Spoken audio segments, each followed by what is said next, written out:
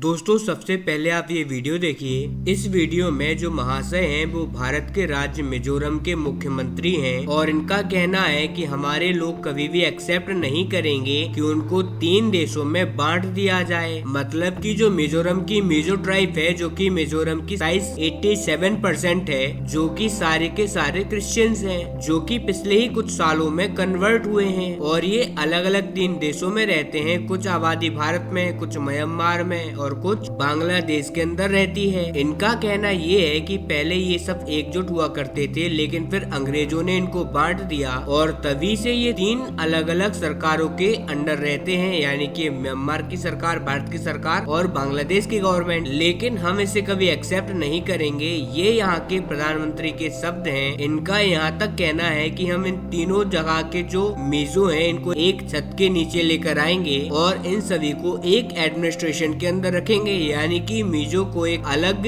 राज्य बनाने के लिए ये महाशय यहाँ पर बात कर रहे हैं। और ऐसा पहली बार नहीं हुआ है। नहीं आप सोच रहे होंगे कि यार ये तो पहली बार वीडियो लीक हो गया। आप ये दूसरा इंसिडेंस भी देख लीजिए। और साथ ही अगर अभी तक आपने इस चैनल को सब्सक्राइब नहीं किया है तो मेरा आपसे विनम्र निवेदन है कि आप इस चैनल को सब्सक्राइब कर वीडियो को लाइक और कमेंट करना न भूलें। आइए अब हम वीडियो में आते हैं। ये जो आप स्क्रीन पर देख पा रहे हो, ये जब का है जब ये मिजोरम में अपनी सरकार बनाकर आए थे तब भी इनका यही कहना था और यही मिजो राष्ट्रवाद के चक्कर में ये यहाँ के प्रधानमंत्री बने हैं। और एक बार फिर से ये लोग इसी बात को भड़का रहे हैं विदेशी धरती पर, यानी कि अमेरिका में। अब बहुत सारे लोगों का कहना होगा कि मिजो राष्ट्रवाद या फिर अलगाववाद की बात तो बहुत टाइम पहले से होती आई है, अब इनकी बात पर इतनी ज्यादा चर्चा क्यों हो रही है? तो मैं आपको बता दूं कि शेख हसीना, जो कि हाल ही में बांग्लादेश की प्रधानमंत्री थी, उनका कहना था कि अमेरिका उनकी सत्ता इसीलिए पलटना चाहता है क्योंकि अमेरिका चाहता था कि बांग्लादेश के पास में एक छोटा सा क्रिश्चियन देश बनाया जाए, लेकिन मैंने उनको मना कर दिया था और यही वजह है कि उन्होंने मेरी सत्ता को पलटा। अब बात उठ रही है कि क्या अमेरिका भारत के मिजोरम, इसके अलावा इससे मिलते हुए मिजोरम की जगह को और बांग्लादेश की जगह को मिलाकर एक क्रिश्चियन राष्ट्र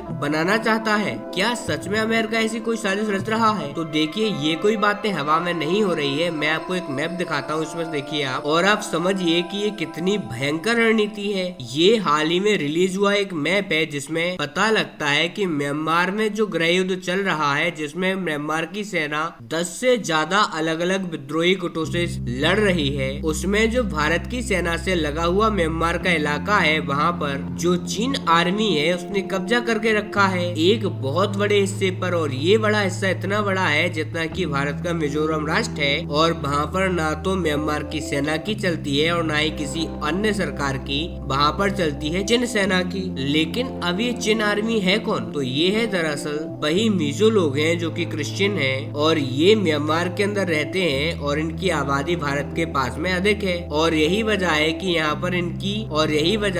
यहाँ पर इनका कब्जा है और म्यांमार की सेना से इन्होंने ये इलाका छीन लिया है। हालांकि मिजो नाम से हो सकता है कि आपको ज्यादा समझ नहीं आ रहा होगा, इसीलिए मैं आपको एक और फेमस नाम बताता हूँ। इनका नाम है कुकीज। जी हाँ, ये है कुकीज आतंकवादी। आपको पता ही होगा कि पिछले कुछ टाइम से भारत का मणिपुर राज्य जल रहा है। उसके पीछे कौन है? उसके पीछे भी है कुकी आतंकी, जो कि क्रिश्चियन समुदाय से आते हैं। और मैं आपको बता दूं कि मिजोरम का जो मिजो समुदाय है वो भी एक तरीके के कुकी हैं, यानी कि ये सारे के सारे एक ही हैं और भारत के नॉर्थ ईस्ट में जो भी प्रॉब्लम पैदा हो रही है वो यही कर रहे हैं। और देखिए, अब ये कोई थ्योरी या साजिश नहीं रही, ये सब कुछ एकदम खुले में हो रहा है क्योंकि ये म्यांमार का एक बड़ा हिस्सा कब्जा चुके हैं। और अब भारत को भी सतर्क हो जाना चाहिए, क्योंकि जब किसी राज्य का मुख्यमंत्री ऐसी बातें करता है विदेशी धरती पर तो उसका मतलब होता है कि वो व्यक्ति इलाज मांग रहा है। अब आपका क्वेश्चन होगा कि यार ये अलग से देश बनाने की जो मांग चल रही है कुकीज की, क्या इस मांग को खत्म नहीं किया जा सकता? तो दोस्तों, इस टाइम पर इसे खत्म करना बहुत ज्यादा आसान है, क्योंकि मैं आपको बता दूं, हमें कुछ भी नहीं करना, अपने हाथ गंदे करने की कोई आवश्यकता नहीं है। हमें बस एक काम करना है और वो काम है म्यांमार की सेना को ज्यादा से ज्यादा हथियार प्रोवाइड करवाना, ज्यादा से ज्यादा पैसा देना और उनको अपना सपोर्ट देना है। बाकी का काम वो खुद कर लेंगे। वो इन्हें ऐसे साफ कर देंगे जैसे कि गधे के सिर से सींग, क्योंकि